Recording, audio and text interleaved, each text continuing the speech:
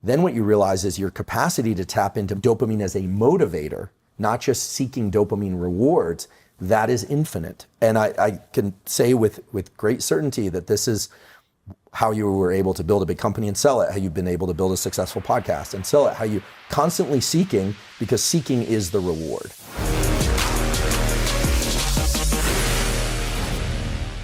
Andrew Huberman, welcome to the show, man. Great to be here. I should say Dr. Andrew Huberman, just so people know what they're about to get. Dude, it's awesome to have you back. Our first interview completely melted my brain. Researching you is one of my favorite things to do. The breadth of topics that you cover is incredible. None more so than the fact that we can get to our mind through our body, which I think is one of the most incredible things. Before we started rolling though, I had this whole interview planned. I knew exactly where we were gonna go. And then you made a comment. I was bringing up Bitcoin and cryptocurrency as I do because I'm obsessed. And you said, well, there's only one biological currency, and that's dopamine. That's right. And I was like, well, now I know where we're starting. What do you mean by that? Yeah, so, human beings have evolved tons of technologies and currencies. Bitcoin, Ethereum are not topics I know a lot about. But when you think about dollar, euro, Bitcoin, Ethereum, you think about wins and losses in sport, in life, in relationship, in anything. Something in your brain and body has to keep track of that. Did you win? Did you lose? What's a letdown? What's a celebration? And I think one of the most important findings in the last few years in neuroscience is that while the molecule dopamine is associated with reward, it's more about motivation and craving. There's a really classic experiment now that people use to demonstrate this. You take two rats, and the rats independently, separate cages, can lever press for food, and they can access food. There's a little bit of dopamine that's released anytime they get some food. So we always thought that food, like many other rewards, like food, sex, warmth when you're cold, cool when you're too warm, is triggering the release of dopamine. But someone had the good idea to deplete dopamine in one of those animals. And then what you find is that the animal without dopamine still enjoys food, still enjoys other pleasures. So dopamine's not really involved in the enjoyment of those pleasures. It's involved in motivation, because if you make the animal have to move just one rat's length, believe it or not, to get to that lever, the animal with dopamine will work to go get that thing. It will work through some effort to go get the reward. Whereas the animal, or it turns out the human without much dopamine, can still experience pleasure. They can sit on their couch and cram their face with pleasure-inducing calories or what have you, watch pleasure-inducing things on the television, but they have very little motivation to go pursue things that will deliver them pleasure. So when I say dopamine is the universal currency of everything, what I mean is it's driving the motivation to develop new currencies. When somebody can sit back and say, I'll just throw this number out. Let's say somebody has 100,000 Bitcoins, which presumably now is worth a good amount, certainly more than it was a few years ago. The way they can register whether or not they are in a position of wealth or not has everything to do with the number they see on the screen or in their Bitcoin wallet. But that number is converted into a chemical signal that has everything to do with how much you had previously. So we could talk about the so-called reward prediction error. How good you feel with an experience has everything to do with how much you had previously. And dopamine itself is what's driving the human species to create these new technologies. And so while we think of currencies as the goal, it's actually what's really driven the forward evolution of our species has been the desire to go seek things beyond the confines of our skin. And when I say the common currency is dopamine, what I mean is the molecule dopamine, when secreted in the brain, makes us pursue things, build things, create things, makes us want new things that we don't currently already have. And so it has a lot of dimensions to it, but rather than think about dopamine as a signal for reward, like a dopamine hit, we classically talk about it, it's more accurate really to think about dopamine as driving motivation and craving to go seek rewards. That's the rat experiment. And it's a way of tabulating where we are in our life. Are we doing well or are we doing poorly? And that happens on very short time scales. Like, do you wake up feeling good? Or do you wake up feeling kind of low? Or on long time scales. if you're halfway through a long degree or you're halfway through your life, how are you doing? How do you gauge that? Well, it has everything to do with how much dopamine you were releasing in the previous days and weeks and years. So you're always comparing it, and all of this is subconscious. But what's cool is that once you make these processes conscious, once you understand a little bit about how dopamine is released and how it changes our perspective and our behavior, then you can actually work with it. So it's one of the instances where knowledge of knowledge actually turns out to be a really useful tool. Dude, that's crazy to me. So one of the things that I get hit up about all the time is people feel stuck. And as you like really push on them to figure out why they feel stuck, they'll be like, yeah, I want to do that. But I just, I can't get out of bed, or I don't have the energy to pursue it, or whatever. And you get into this common thing that people say in mindset, and I really believe it, but I find it far more interesting when you're talking about it from a neurochemical standpoint, which is you just don't want it badly enough. And when I think about my own life, I sometimes worry that I'm either more malleable than other people, or that I have a greater ability to manipulate my dopamine release or whatever, because I'm very good at building desire. And I like the way that desire feels. Now, when you use the word hunger, I think people get confused, because I actually don't enjoy being hungry for food. I find that totally unpleasurable. However, being hungry for sex, I find incredibly, I feel alive, I feel focused, I feel energized, I feel aggressive. It's complex for sure, but I find that feeling the act of wanting something in the future, in that kind, or in business, and trying to build something. In fact, that's an interesting insight into my own self about, I like to build. And do we know, dopamine is the neurochemistry of the pursuit of making sure that I have the energy to go. But do we know how we can spike that?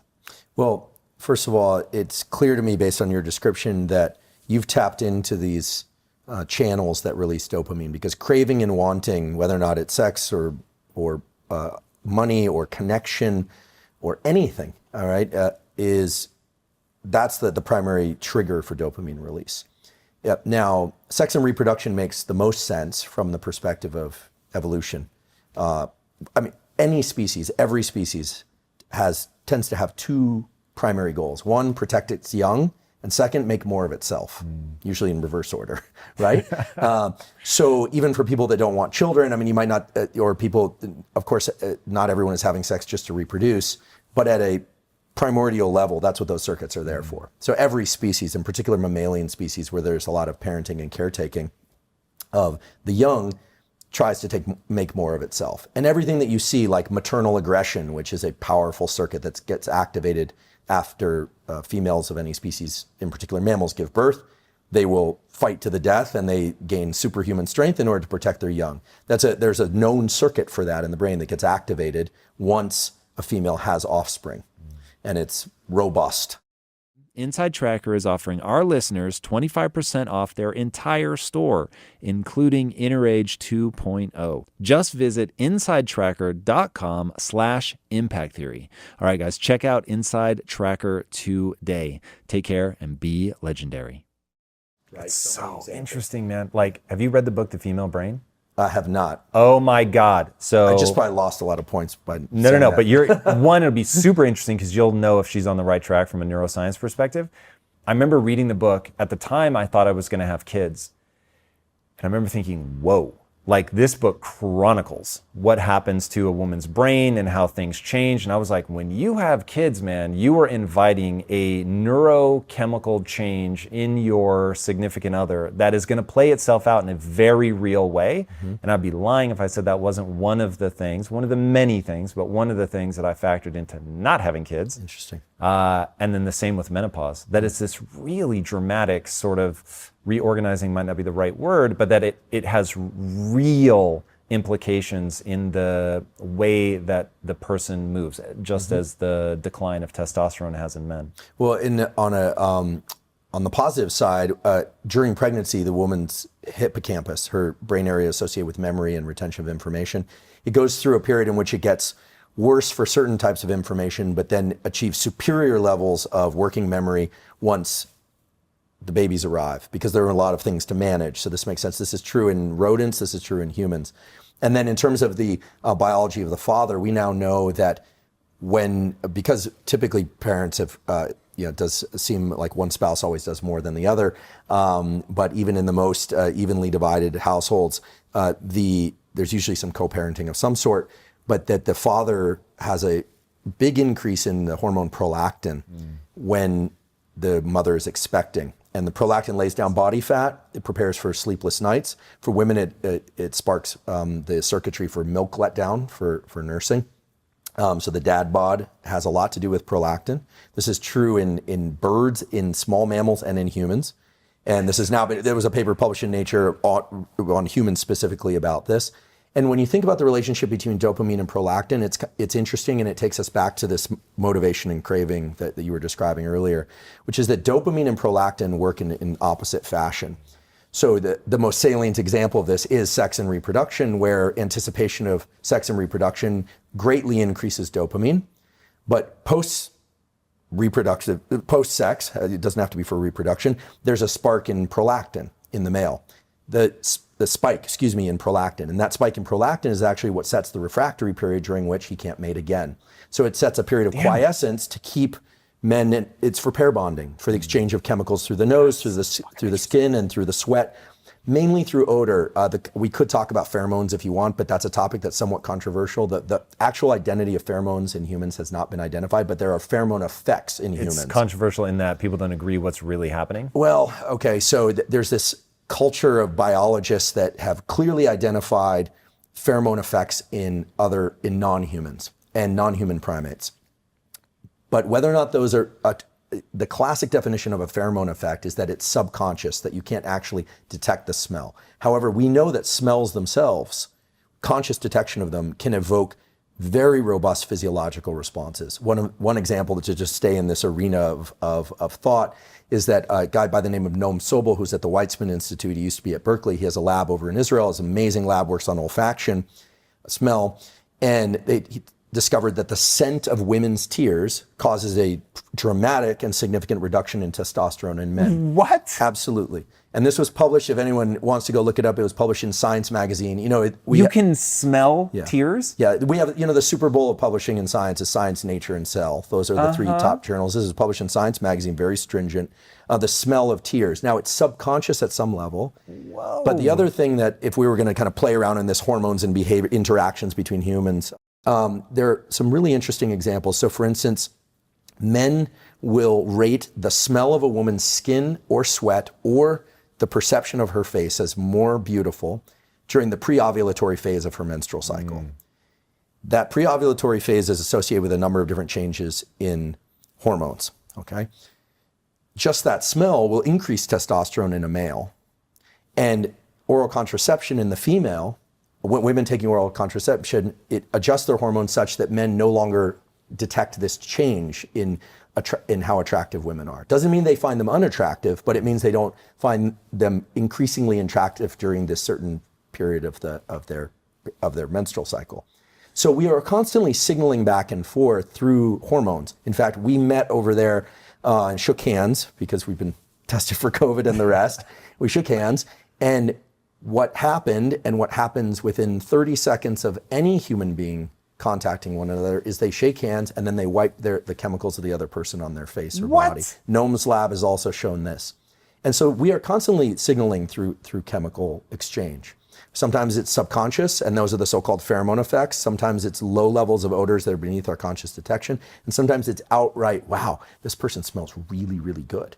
Or they look particularly good today. Oftentimes that's tied to the period in which they are ovulating in their menstrual cycle. So I want to plant a flag here about all the things that we do that are messing with these mechanisms, like cologne or deodorant. Or oral contraception, of which I'm not saying is... pornography, yeah, like and oral all of this contraception stuff. has served a great role in for certain people. Some people might say this is an ethical discussion. Is it good, is it bad? But either way, it is having an effect. Right. So I only look at things through the lens of biology, not through the lens of whether or not we should or shouldn't do things. Facts. I love it. Okay, so we're planting that flag, we're coming back to it. But now I want to get to how do we spike intentionally. Right. You've talked about we can spike testosterone, but I want to know, can we spike dopamine? Mm-hmm. Yeah, so, and you've done this. So your example of craving is actually what you crave. You crave the feeling of craving, is beautiful because what it means is that you don't allow yourself to go so far down the arc of the dopamine trajectory to get to the other source of motivation. So there are two sources of motivation as it relates to dopamine, and then we can think about tools that we could export from these that are nested in neurobiology.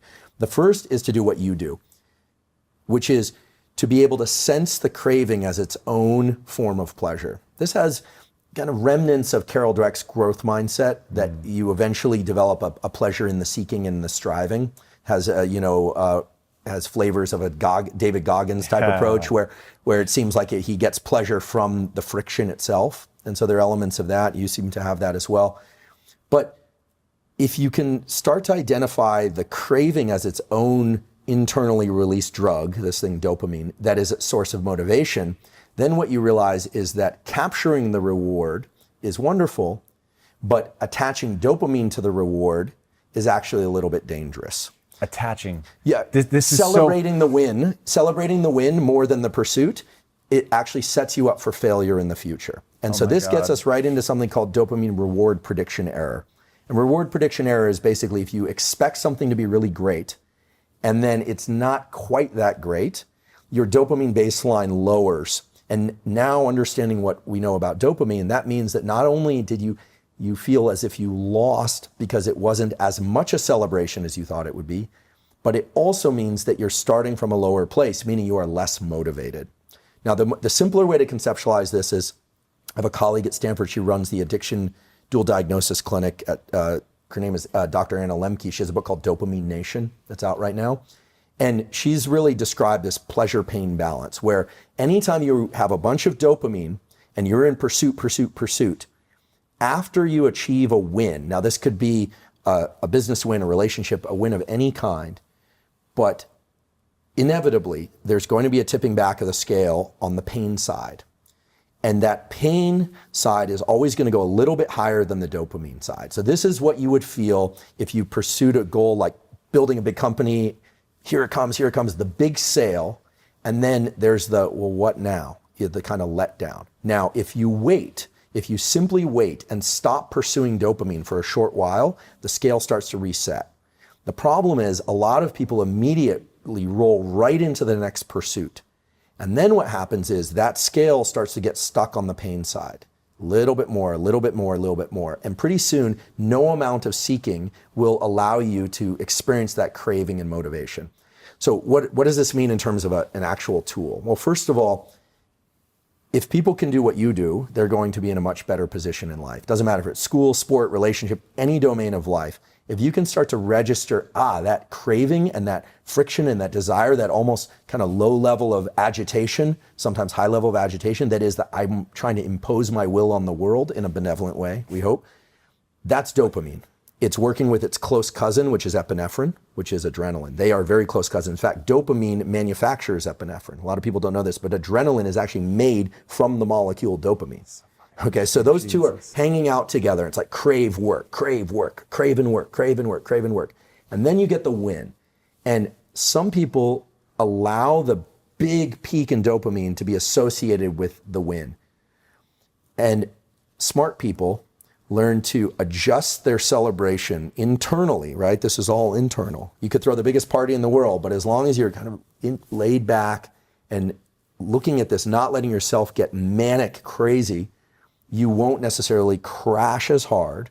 And pretty soon, your system will reset so that you take the day, you clean up the dishes, you relax, you go, what now? I'm feeling a little low. Well, rather than going out and spiking your dopamine again, just wait. Understand that the scale will reset again. Give yourself a few days where you're going to feel a little kind of underwhelmed. Things aren't going to be as interesting. It's going to be hard to trigger that big release because you just had the peak. Well, if you adjust that, you relax, you understand there's always a little bit of a postpartum depression. We sometimes hear about postpartum depression. That's a clinical thing, but there's always that kind of, today's not as exciting as the previous days. What am I going to do with my life? But then if you let it start ratcheting up again, then what you realize is your capacity to tap into dopamine as a motivator, not just seeking dopamine rewards, that is infinite. And I can say with great certainty that this is how you were able to build a big company and sell it, how you've been able to build a successful podcast and sell it, how you're constantly seeking, because seeking is the reward. And I think for most people, we think of the reward as the finish line. And so the key is to get to the finish line, step into the end zone, but no end zone dance. It's just like, yep, and now I'm going to go do it again. That's really the key. That's the key to doing it over and over. And when I see big athletes or academics or anyone or musicians and they rise and crash, it's clear they've lost the touch with the motivation evoked dopamine. And they've lost touch probably because it hasn't really been described by the neuroscience community until Anna has started talking about this stuff publicly. And I'm just I'm echoing what she's beautifully said much better than I am, which is that you should always expect that after a bunch of pleasure, there's going to be that low and then that craving. How do I get back to there again? And the key is you have to walk the staircase again. You don't get to do this as a square wave pull. You don't get to just ascend. It's always up, down, up a little bit higher, down, up. That's the function. So I don't know if that resonates with your experience. I'm over here freaking out. So you've literally just explained what I will say is the single most important loop if you want to be successful. And you used words, attach, right? You had another one which was about I forget the exact word, but you're inserting yourself consciously into the process. Because what I learned very early on, and I'm so grateful, in the same way that you are grateful that your upbringing wasn't perfect, but it ended up giving you a frame of reference and insights that have propelled you forward, I'm very grateful that I spent a decade just trying to get rich. That was the stated mission. I would say it every day. Like, I'm here to get rich. I show up to work to get rich. It's about getting rich. And it didn't work. And my wife pulls me aside and she's like, you're now damaging the marriage. Like, you're just so fiendishly focused on the goal that there's nothing as integrated in your life. You're doing something you hate for an end state that may never come. And that was so profound and it shook me so deeply. And it suddenly became clear that from a neurological perspective, what I wanted was to feel alive.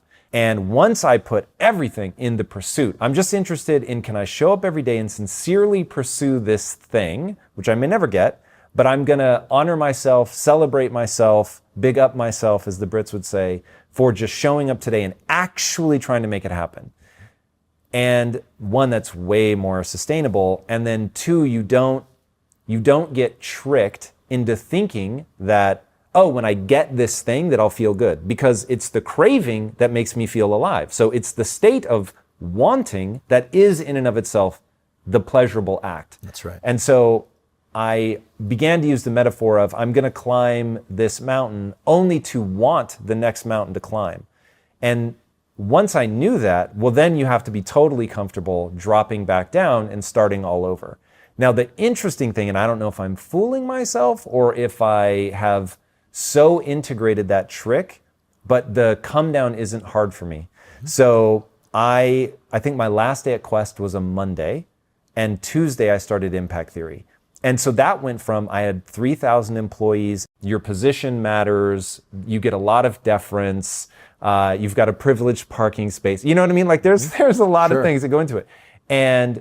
But none of like my reward system was tied to that. So it was very easy for me to start the next day with, there was only 7 of us and no one had time for any deference of any kind. And I went from having an EA, which you can't imagine how amazing that is, to not, and you're doing everything for yourself again. But that wasn't a painful thing because I was so focused on, all right, cool, this is step 1 again. And now can we repeat? Well, it helps if you can expect that there will be a little bit of a dip post-win or post-whatever. That's helpful. There's always a refractory period of any kind, so to speak. If you expect it, that's great because you eliminate the downside of the reward prediction error. Reward prediction error can also be conceptualized as, I tell you we're going to go to this restaurant, I keep building up the food. I actually raise the expectation and the requirement that food be really spectacular. Better off I just tell you it's going to be pretty good and then you're wowed by it, right? Because if your dopamine was higher in anticipation than the actual food evoked, well, then it makes sense why you're always integrating over the dopamine release you had previously. Now, there are a couple of things that you said in there that I want to highlight, which I find so interesting, and we can get a little bit Eastern philosophy, mystical here, but tie it back to some real neuroscience, which is, you said, that's the juice. The motivation is the juice. if you look at Eastern philosophy and they talk about chi, and this, what is that? I wager that is dopamine. The desire to pursue things and to create more of oneself and as a species, whether or not you decide to have kids or not, those circuits all use the one universal currency, dopamine, of wanting more things that are outside the confines of your skin. And that's what's driven forward evolution of individuals and families and cultures and our species as a whole. And again, the circuitry's been there for many, many tens, if not hundreds of thousands of years. And so it's highly conserved. And so what that means is that it doesn't matter if it's Bitcoin or Ethereum. It doesn't matter if it's putting rockets on other planets. It doesn't matter if it's building the first automobile. It's the same currency. So understanding those cycles is really key. The other thing is the element of pain. I think that understanding that pain and pleasure are in this really dynamic balance can also help us, which in the following way. Any pain that you feel, the longer day, the less sleep, the kind of agony that things aren't working, that power outlet doesn't work, or the internet is slow, whatever it is, the amount of pleasure that you will eventually experience is directly related, to how much pain you experience. So we know this from actually what nowadays would be considered quite barbaric and unethical experiments where they would give people electrical shocks and they would measure their response. And then they'd say, we're going to increase it. Eventually they get to the point where a shock that was previously very painful actually evokes a sense of pleasure. Now, you couldn't do these experiments anymore. These are not the experiments I do in my lab. These are older experiments. But for instance, and this has been discussed in scientific research papers, giving somebody a 10-minute ice bath, for instance, or even a 3-minute ice bath, or a 1-minute ice bath is quite painful. But there was a study from the University of Prague, European Journal of Physiology, showed that after a painful ice bath stimulus, the amount of dopamine release goes up for 2.5 hours to 250% above baseline.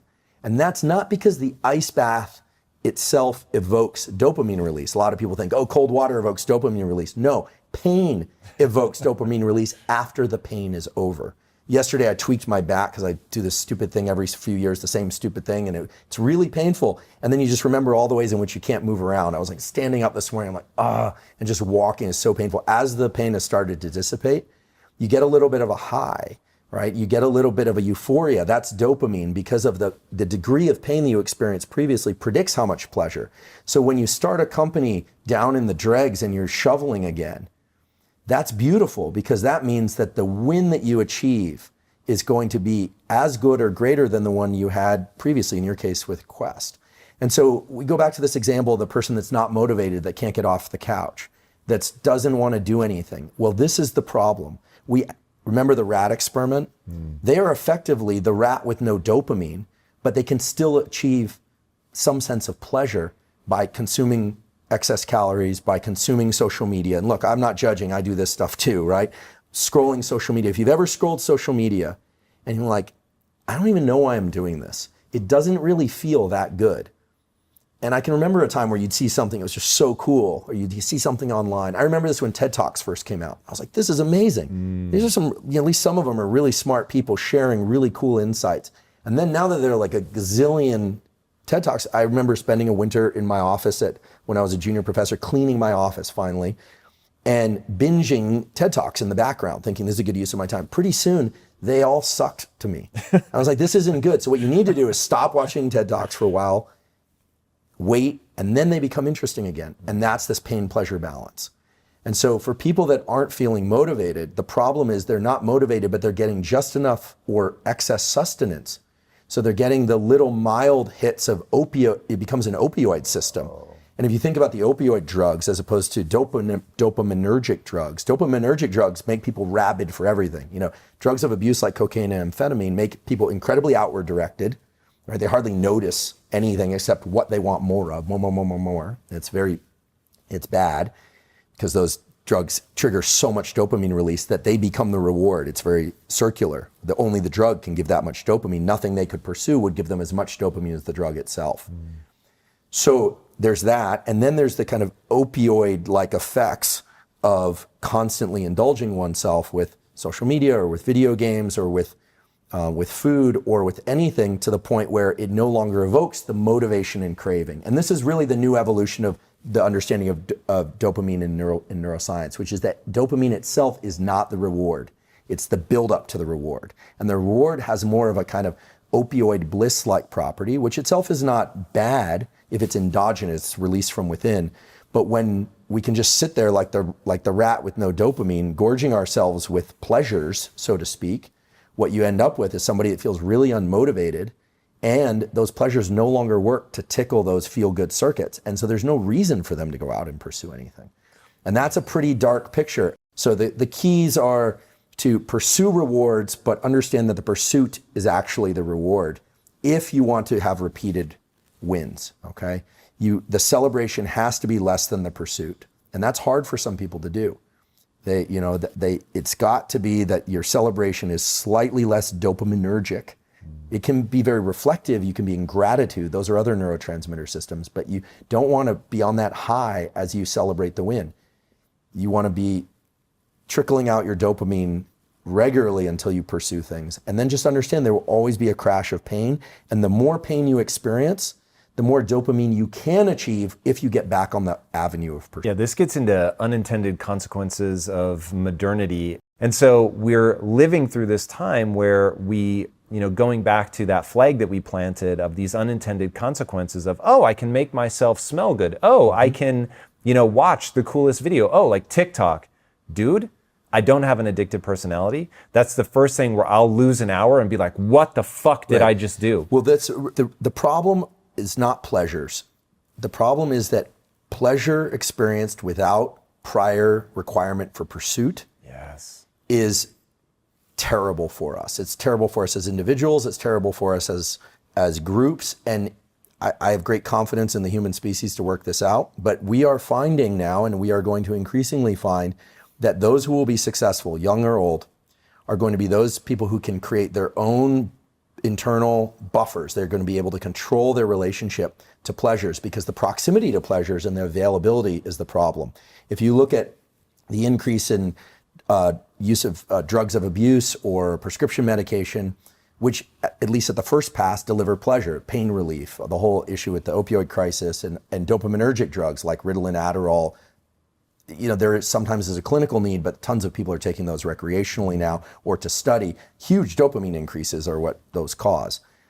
That is a problem. That's a serious problem, because it creates a cycle where you need more of that specific thing. I always say addiction is a progressive narrowing of the things that bring you pleasure. God, that's such a good definition. And, and I don't like to comment too much on enlightenment because, I don't really know what that is as a neurobiologist, but a good life, we could say, is a progressive expansion of the things that bring you pleasure. And even better, is a good life is a progressive expansion of the things that bring you pleasure and includes pleasure through motivation and hard work.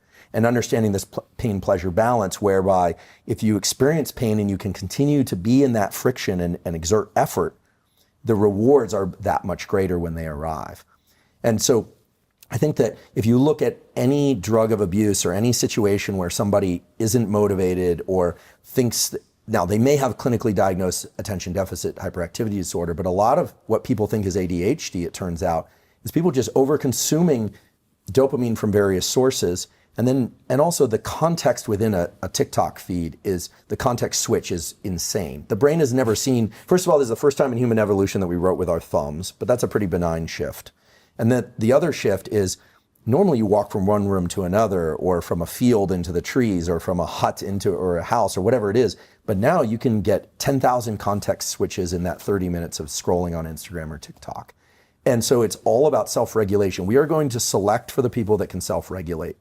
And so then people say, well, how do you self-regulate? How do kids self-regulate? Well, this is my hope, and one of the reasons I've gotten excited about public education and teaching neuroscience is that this is a place where knowledge of knowledge actually can allow oneself to intervene. When you think, I'm feeling low, I don't feel good, nothing really feels like good. Am I depressed? Maybe, but maybe you've saturated the dopamine circuits. You're now in the pain part of things. What do? Well, you have to stop. You need to replenish dopamine. You need to stop engaging with this behavior, and then your pleasure for it will come back. But you have to constantly control the hinge. It's not just about being back and forth on the seesaw. You have to make sure the hinge doesn't get stuck in pain or in pleasure. So it's a dynamic process being a human being. It's not easy. And remember, these circuits didn't evolve for this purpose. They evolved primarily for making more of ourselves. That's why they're so closely tied to the reproductive circuits. And that's why it was interesting and very relevant that you said that your desire to have sex with your wife is one of the most powerful feelings. And it kind of, from a neurochemical perspective, it wicks out into all these other pursuits, right? Those other pursuits aren't about sex per se, but it's the same molecule. So the feeling is the same. It's just that for some people, the amplitude of that dopamine signal for craving sex is very high. For some people, that's lower, and it's higher for video games. Whatever you lean into and you think about often in these pursuits will start to reshape these circuits, because these dopaminergic circuits are tied to everything. There are examples of people getting addicted to the most incredible things. There are also examples of people getting very good but not addicted to chess, for instance. It's all the same general set of mechanisms. Yeah, you talked earlier about the knowledge of knowledge. And that was the big breakthrough for me at the darkest period of my life. I happened to grab a book. We talked about this briefly in our first interview. I happened to grab a book that talked about neuroplasticity, and they were hypothesizing maybe this is a thing. And that gave me hope, because I could imagine what was going on in my brain. And once I can visualize it, then I feel like I can insert myself into it. It's why I've gotten so interested in health, why I'm so interested in neuroscience. Is, for me, if I were sliding towards depression, I would do exactly what you're saying. I would assess that and be like, okay, wait a second. I know that I can insert conscious control. I know that this is a biological experience. And I'm obsessed with that idea that you're having a biological experience. And to me, like, there's some people that see the way the magic trick is done and it loses the magic. Then for other people, it's like you see that this is somebody that's spent 30,000 hours learning how to move their hands so that you don't notice that they just moved the coin, from this hand to this hand. It blows me away. I love magic. Before the pandemic, a friend took me up to the Magic Castle here in Hollywood, and there's some incredible stuff going on. Magic is actually really cool. We could, just as from a neuroscience perspective, magic, it's all about creating gaps in your perception. That's obvious, right? And when that happens, because the brain is so accustomed to the laws of physics, like objects fall down, not up, et cetera, when that happens, it clearly triggers the surprise circuitry. And that itself, that feeling of delight and surprise, is absolutely tied also to these dopamine circuits. It's interesting, though, that doesn't send us into like terror. Like the people don't shriek and It depends on the magic trick. When I went there was this crazy trick that the guy did. He took out cards, and I was invited up to sit next to him. I signed my name on a card. Mm-hmm. I took the card. I tore it up. I put it in my pocket. And at the end of the show, we went through a series of things. At the end of the show, he took off his shoe and presented the card to me with the signature intact and the card intact. And that was my signature. So he clearly created gaps of perception. But at some point as adults, I think as long as we know the context is right, then we can do this. One thing about dopamine that I just want to make sure I mention, and based on something you said earlier, is that one interesting question about the brain is just asking the question, how do we segment time? How do you know that this podcast obviously has a beginning and a middle and an end, but how do we segment time? And so there have been some beautiful experiments done recently showing that, for instance, if you're watching a sports game, regardless of whether or not your team scores, like let's say basketball goes down court, let's say they miss the three-pointer and then it's a close game, there's a little blip of dopamine that says that was one segment of time. And so dopamine is a big way in which we segment time. The other way are blinks, believe it or not. What? Yeah, that every time we blink, this is a paper published in Current Biology, every time we blink, we reset our perception of time. That one I understand more, I guess, than the dopamine. Why would dopamine be involved in time? Perfect question. Turns out that the frequency of blinking is set by the baseline level of dopamine in the brain. What? Yes. So when people are wide-eyed with excitement and they're not blinking very often, or someone is on a drug that kicks out a lot of dopamine, they hardly ever blink, their pupils are huge. They're actually not segmenting time in a normal fashion. Whoa. And so much of your life, in retrospect, is segmented by those peaks in dopamine. Those mark key events in your life. When you met your wife, there are all the segments of your life are noted by peaks in dopamine or the way that you happen to conceptualize dopamine. And so also people who are depressed are often very focused on the past. They naturally, they default to ruminating on the past. When you adjust people's dopamine levels to healthy levels, they start becoming more forward thinking and more present. And so there's this relationship between blinking and time perception, dopamine and blinking. How you conceptualize time has a lot to do with these peaks in dopamine and when they occur. And this is a big deal because 2020 was a rough year for most people. 2021's feeling a little better, but we don't really know where we are in this whole arc of everything that's happening. There's a lot of uncertainty. Yeah.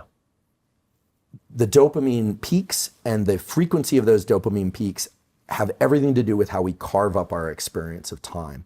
And anyone who's spent a lot of time in deep meditation starts to develop a kind of intuitive internal representation of the fact that time is very fluid in this way. And when we say time is fluid, what we mean is the secretion of dopamine in these pulses is very fluid. They are under control of what's happening externally, but also how you conceptualize your life. Like, where are you in your life? Hopefully if David Sinclair has his way, and hopefully he will, we will all live to be more than 100 years old, hopefully in good vitality. So this is the more esoteric aspect of dopamine. Real fast, before we move off the time thing, let me ask you. So there was a period in my life, I'll peg it at about 2 years, where for whatever reason, it could have been 6 hours since I last looked at a clock. I would be within 3 minutes of what time it was. And my wife found it hilarious, and so she'd be like, "What time is it?" And I'm like, "Oh, it's 4:58." She'd like look at it. Dundee, it was so weird that it like made my radar as like, "Oh my God, I have like this special power." And then it went away. And now I can probably get you within 15 minutes, but like, it was really eerie. Does that make a prediction or around like a consistency of dopamine release or something? Yeah, you nailed it. It's the consistency. It's an interval timer, as we say. So when people's dopamine is low, they tend to overestimate. Okay. And when people's dopamine is high, they tend to underestimate time. Now, it is true that dopamine, when it's released, is a little bit of a stimulant in the system because of the way it works with epinephrine. How finely you slice time is very dependent on dopamine and your internal level of autonomic arousal. A really good example would be you're really excited about something or you're really stressed about something, doesn't matter. Dopamine is elevated in excitement, but norepinephrine, epinephrine tend to be elevated anytime we're agitated or excited. Just imagine you need to catch a flight, you're in line at the security, and the person in front of you seems like they're going really, really slowly. Well, yeah. Your frame rate is faster. You're just carving up time more finely. People who are in car accidents and then they report everything being in slow motion, your frame rate is smaller. You're essentially you're taking larger time bins. And this is why, let's say you wake up and you're really tired or you're kind of out of it and you look and it's like text messages and emails and all this stuff. The world seems like it's going by really, really fast. Dopamine is the dynamic process dopamine release, I should say, is the dynamic process by which you adjust time perception. So if you had a very keen perception of the passage of time, right down to the minute or so, that suggests very regular intervals of dopamine release. And that's probably tied to outside events that are below your conscious awareness. But dopamine releases, I sort of, not to make this PG-13 or R-rated, but if we go back to the example of sex and sleep are the two times when space and time have a very fluid type relationship. It's very hard to conceive space and time in sleep. That's actually the nature of sleep, is we do the long blink, no joke. We close the shutters, stop bringing in external information. And in sleep, space and time are very fluid, right? Things can happen very fast or very slow motion. You can be flying. There's a lot of, some of it is dreaming, but space and time are very fluid. In wakefulness, space and time are very anchored by physical events in the world, but our perception of those is dynamically regulated by how much dopamine is in our system. So it's beginning to sound like dopamine does everything, but it's really associated with motivation, craving, and time interval keeping. And so I would be willing to bet that your pulses of dopamine were very regular, just like drops. Blop, blop, blop. So interesting. So we do a lot of things. Who knows what I was doing at that period, if it had to do anything, just that I'm getting older and so it starts to disrupt itself, who knows? But what are some things, so one thing I've heard you talk about, which I find really interesting, when I think about all the things that we're doing that are disrupting things, all these unintended consequences of modern behavior, I am truly glad that cell phones, the internet, and pornography did not exist when I was younger, because I don't know if at 14 I could have been disciplined enough if I had access to that. And when you think about the things that we're doing right now that are sort of that have maybe the most grand unintended consequences, where do you land? Yeah, on the time scale of 24 hours, one of the huge mistakes that we all make, and I've said this many times, so if people have heard me say this before, forgive me, but it turns out it's still true. Getting too much bright light exposure from the hours of 10 p.m. until 4 a.m., unless you have to work shift work, which is a unique case. That bright light exposure between 10 p.m. and 4 a.m., even if you adjust the colors of the lights, you still need to get everything really, really dim, because it actually blocks the release of dopamine through a pathway that involves a structure called the habenula. The habenula was a kind of cryptic structure in the brain for a long time, but now we know there's a punishment signal in the brain. You get neurochemically punished for viewing bright light at those hours. Why? How would that be wired in? We'd never be able to expose ourselves to bright light. So that's a great question. So firelight won't do that. Moonlight's fine. Candles, lights that are dim or low in your environment. How would we develop that? So the pathway to the habenula and then to these dopamine reducing circuits are the pain pathway that we were referring to earlier. It's a generic pathway through which lots of different types of signals and stimuli and events can punish us internally. Fuck, this is so good, dude. And so I'm going to call this the rich kid effect. And you mentioned hard work earlier. There is a reason I think that children of wealthy parents end up imploding, because there is an evolutionary, the punishment pathway, evolutionary thing that's going on that says you didn't have to work hard for the things that you own. And because from I need you to go hunt and gather and face a saber-toothed tiger, I have to reward you for doing hard things and punish you for not doing hard things. Well, and in the case of the generic model of the spoiled rich kid, they actually can't access dopamine.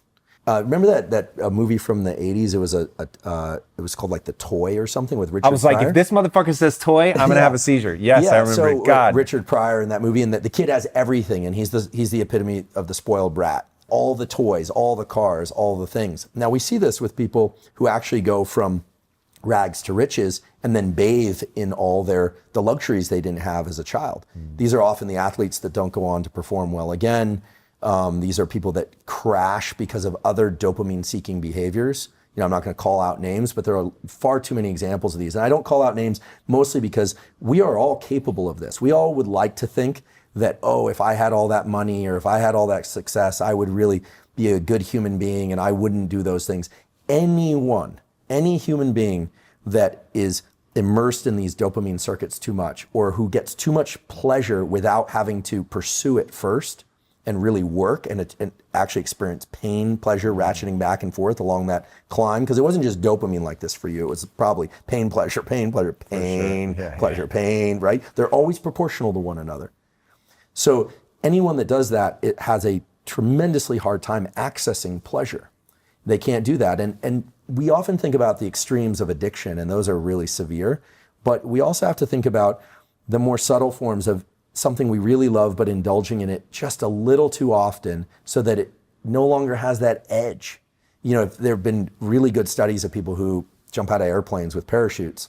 I'm sure it's a lot of fun. It looks like a thrill, but people do it over and over and over again, often die doing other things. They often become drug addicts because it's a huge high. Oh yeah, a lot of that. Interesting. And there are a lot of examples of this. I mean, you can get addicted to anything. The key is to regulate that behavior. So you asked what should people do? Well, certainly I'm trying this now, and I have some good examples. Some young people I know and work with are taking breaks from not just social media, but no cell phone whatsoever.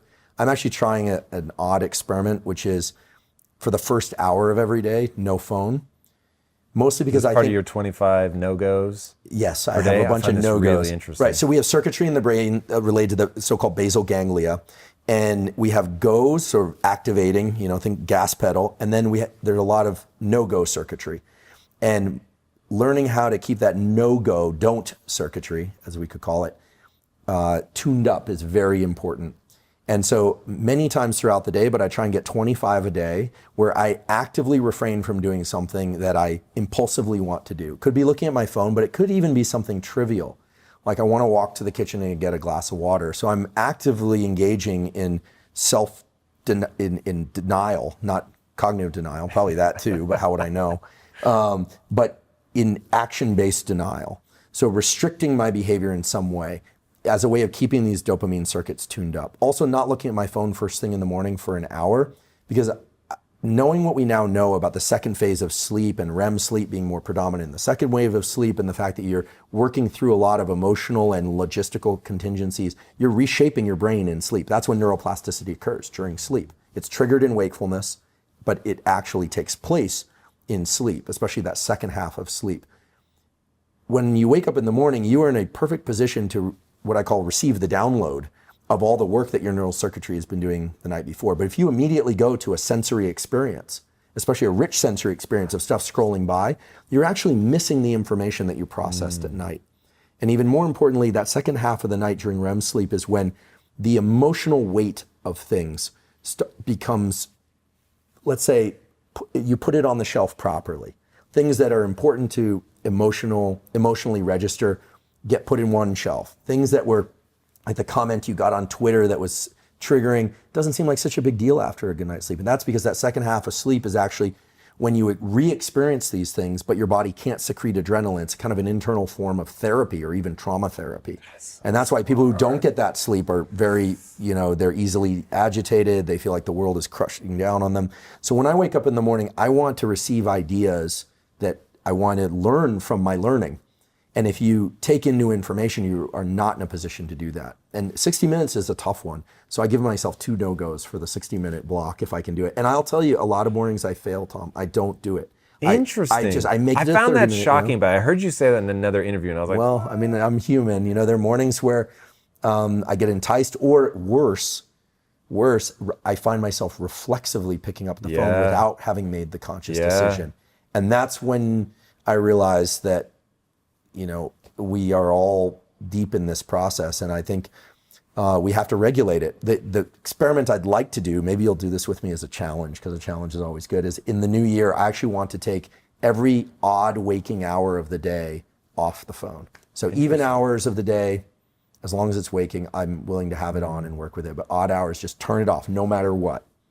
I don't know if this will destroy most of the relationships in my life, but just to see, can I do it on a rigidly externally imposed schedule? Because if you think about, most of the growth in life comes from these rigidly externally imposed schedules, and we hate them. But they are where we learn restraint. Dude, this is so important. I don't know if I hate them anymore. So people will often ask like how I do this, that, or the other, whatever it is. Like, Tom, how do you, so I work 93 hours a week. That's like my average. That's your average? So, Tom, why do you work 93 hours every week? And the answer is because 93 are joyful and 94 wouldn't. And when I start working more than that, it usually means that I'm juggling so many things that my brain seems to be using sleep as a way to track some of them or something. Yeah. So I find myself waking up a lot. Now, I have a trick that allows me to fall back asleep very fast, but it's still not as restful as just sleeping through the night. What's the trick, if you don't mind me interrupting? I don't at all. So I have 2 pairs of AirPod headphones, and I put them in, and I put them on a fiction book. And I turn the volume down such that if I don't put a little bit of pressure on my ear, I can't make out what they're saying. So as soon as I drift off, the pressure releases, and I can still hear that noise is being made, but I can't track it. And so I'm usually out probably in about 3 minutes. Wow. That changed my life in terms of when I get stressed, I can still fall back asleep. Such a great skill. And just reflecting on what you use, that murmur in the background and this kind of low level, I can't quite detect it, is actually the way that your brain detects things as you're falling asleep. So I wonder if you've triggered your circuit to run in reverse, where you actually can send yourself back under. What it makes me think is that I can't process the problems and listen to a story at the same time. And so my brain clicks over into story mode and is like, oh, we're digesting this story. I'm getting input, so because I'm getting input, because it's story, my brain lets go of I have to solve problems, and then that allows me to fall right back asleep. That's great. Such a great skill. And waking up in the middle of the night from time to time to use the bathroom is actually quite normal. And some people are really obsessed by the fact, oh no, I woke up, and then they get triggered. But I learned this last year that the peak in our alertness is actually about 90 minutes before our natural bedtime. And a lot of people, they reach the point in the evening where they're ready to go to sleep, and then they feel all this, excitement and surge of energy, and they think, oh no, I'm not going to be able to fall asleep. But that's actually a natural surge that's followed by a dip. A lot of people also have the trouble of waking up in the middle of the night and wondering why they can't fall back asleep. This is dreadfully hard for a lot of people. I struggled that for years. Yeah, and one of the solutions is to go to bed earlier, because it means that your melatonin is starting to get released early in the evening. And so we all have the natural ability to push to stay up later if we really need to. This has obvious adaptive utility. But some people who should go to bed, quote unquote, should go to bed at 9 or 10 p.m., they're pushing to 11 or 12, and then their melatonin signal is starting to drop off. Now they can't fall asleep, or they're waking up at 2 or 3 in the morning and they're in trouble. But it sounds like you've hit the right schedule. 93 hours is an impressive output. Yeah, that's a lot of years of making an obscene amount of mistakes. And to close the loop on, so people, how do you accomplish X, Y, Z? And the answer is partly rules. So you have to be obsessed with your goal, right? So for me, that's all obsessions start with a goal. What do you want? Is that thing exciting and honorable? Assuming it's exciting and honorable, there's ways to create feedback loops, which is largely what we've been talking about today, about attaching the dopaminergic response specifically to the pursuit of that thing rather than the having it. And because I'm so excited and because I so believe in the reality of my goals that I actually could have them and that having them would be awesome, I can create rules in my life, and then I really stick to those rules. So once I'm very careful about what rules I put in place, because I have to believe that they will actually lead me to this goal that's really exciting for me. But if I believe it, then I can put them in. And then also part of my identity is that I'm the type of person that when I set a rule, I follow it.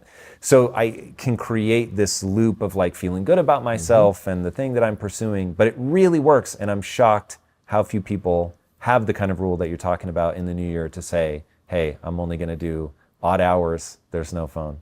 Yeah, well, and like I said, I'm not perfect. I'm not as disciplined as you are about my no-goes. I try. I actually find that tabulating is kind of fun.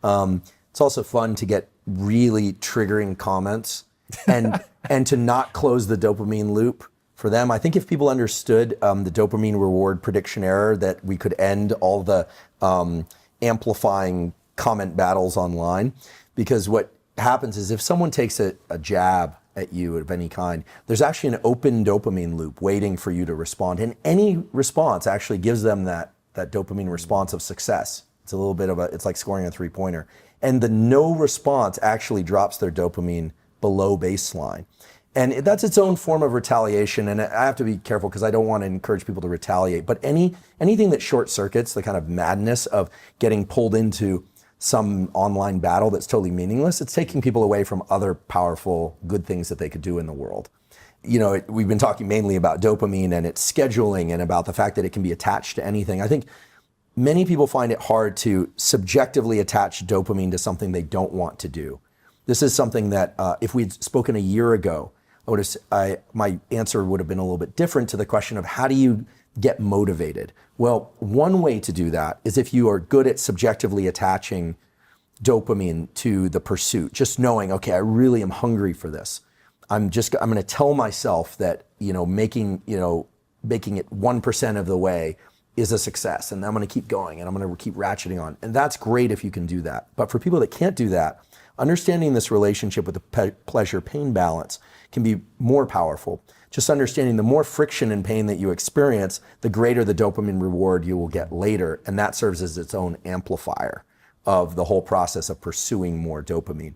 And then the other aspect of it is that anytime that we're leaning into action, it has the possibility of being an amplifying process or a depleting process. And the key to that is making sure that you're balancing the dopamine and epinephrine systems. Epinephrine being this molecule of universal currency of energy output. It could be out of hate or it could be out of love. Epinephrine doesn't care. And actually dopamine doesn't care. None of these systems care about us. They just work underneath our conscious control. But when you start to understand that hitting the gas pedal is great, but hitting the gas pedal and then coming off the gas pedal a little bit. You can kind of sit at a more relaxed RPM, actually allows you to go much further. I think that people leaning into action is terrific. I always say you can either be back on your heels, flat-footed, or forward center of mass. The best situation is actually to be right upright, but just know that you can be forward center of mass at any point.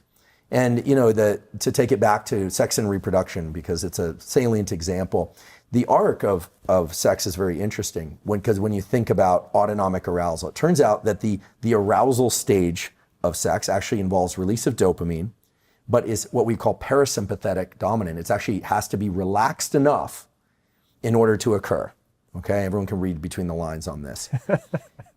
Orgasm is actually I don't want to say full blown. It is a sympathetic nervous system driven response. It's identical to the stress system. It's driven by the same neural circuits as stress. That's so weird. And then what comes afterward? The parasympathetic system goes back up again. It's that deep relaxation. So why do I say this? Not to talk about sex to be, to serve as a highlighter, but rather our species arrived here because of this dance between arousal and relaxation. And one thing we can say for sure about every human being that's alive now is that their parents, at least once, mastered this dance of relaxed and excited, but not too excited, then really excited, and then relaxed. That dance was mastered by all of our parents, and that's what delivered us here to some extent. And so what this means is that all the neural circuits, from the ones that led to our conception to the ones that lead to us pursuing goals, have this balance. It's almost like a seesaw, right? There's activation and calm, and it's that dynamic process that's important to master in every endeavor. So we use sex as an example, but in pursuit of goals, you have to learn how to pursue short-term goals, and like the goals within the day, make a cup of coffee, and long-term goals. And when I said dopamine is what's setting your time perception, it's an interval timer. What you're saying is, it's like the 2 marshmallow experiment done at Stanford. Defer the dopamine, and actually, if you can, turn the weighting into the dopamine, and then you can extend out the reward for, waiting for the second marshmallow 15 minutes later, et cetera, et cetera. And there are many, many examples of this in the psychology and neuroscience literature. And I would say finally, in 2020, we finally as a field got a clear idea of how dopamine is really working. Because before it was all about work, dopamine hit, right? Sex gives you a dopamine hit. The internet gives you a dopamine hit. What we didn't realize is that repeated engagement with these things leads to dopamine depletion, and that the pain and pleasure balance is always at work. Dude, that's so brilliant. Dude, one, the Huberman Lab is amazing on YouTube. Thank People you. need to check that shit out. And your Instagram page is also amazing. Where do you want people to follow you at? Yeah, thanks for those kind words. I mean them so aggressively, I'll bite through the camera to let people know how seriously I mean that. Thank you. Yeah, so I have an Instagram page. It's Huberman Lab, and there I teach neuroscience in anywhere from 1 minute to 5-minute tidbits, and a lot of actionable tools that relate to all sorts of things, sleep and motivation, et cetera. And then the Huberman Lab podcast is Apple, Spotify, and we have a YouTube channel for people who want to watch and listen to it. And there, it's a little bit different than most podcasts because I will do 4 episodes all on one general theme, like food and the brain. And these are long, 1 to 2 hour long lectures where I just kind of blab on and on myself, but they're all timestamped so people can get information there. And it's tools and science. And then we have great guests on who are expert in their fields. People like Anna Lemke, luminaries in the field, Matt Walker, folks of that sort, David Robert Sinclair. Sapolsky, who I've been stalking for 4 years, and he keeps turning me down. We can work on that. No, there's a trick.